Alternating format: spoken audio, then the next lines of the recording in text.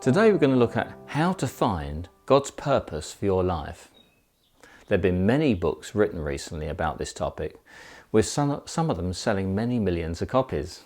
There's clearly a huge interest in this topic of how to find your purpose in life, and not just amongst Christians.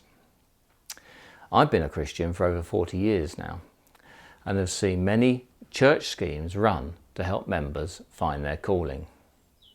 These normally involve identifying their gifting and finding a role suitable for them with their gifts. Does this work, and does it work long term?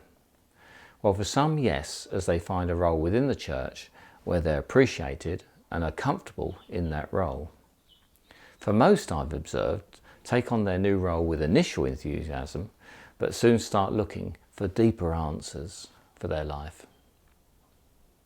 But let me say right from the outset, you will not find God's purpose for your life if 1, you're living with sin and refuse to give it up, and 2, if you're refusing to do what you know God is calling you to do. If that applies to you right now, realize it, throw yourself on God's mercy and tell Him how sorry you are. Then ask Him for the strength to do the right thing and mean it with all your heart. He will give you that strength. You can't do it on your own. If you've done that, then hallelujah, you're on a way to a brighter future from today on. 25 years ago, I was in a secure, well-paid job with good prospects. I had 2 young teenage children, a loving wife, and a mortgage to support and pay for. On a practical level, it was not the right time to think about starting my own media business. However, within me, I felt an urge to follow my passion. I spoke to my wife and we prayed about it, and we both felt it right. Then, almost immediately, Christian television started up. UCB, TBN, Revelation and God TV.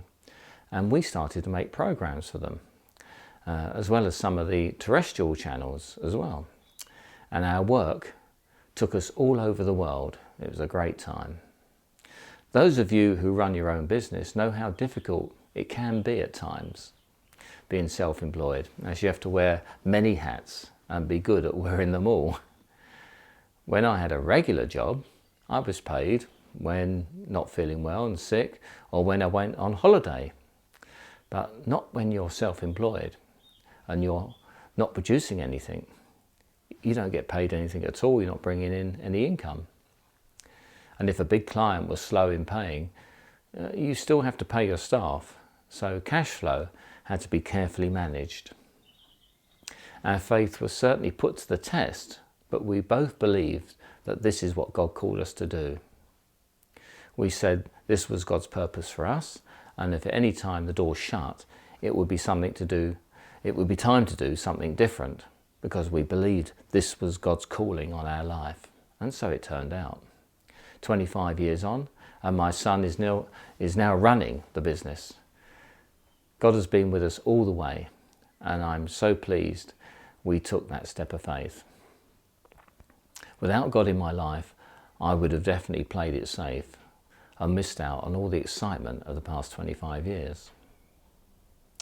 If you're still waiting to know what God's purpose is for you, then go to Him and tell Him how much you firstly love Him, show Him how much you love Him, and with all your strength and discipline, persevere until He answers you.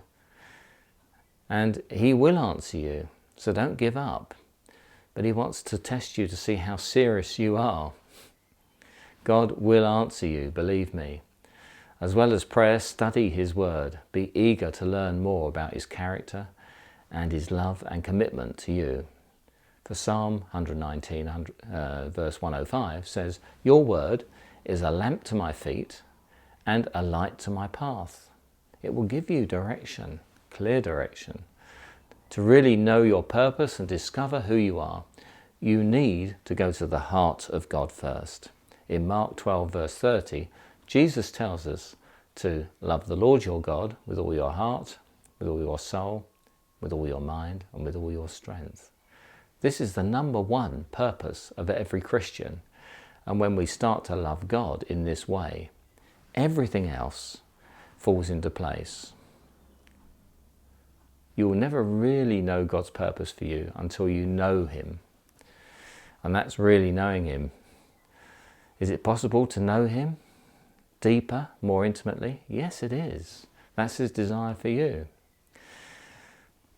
When we approach him like that with our heart, then you will move through life with confidence and assurance without relying on the approval of man when God starts speaking and giving you his presence and his answers.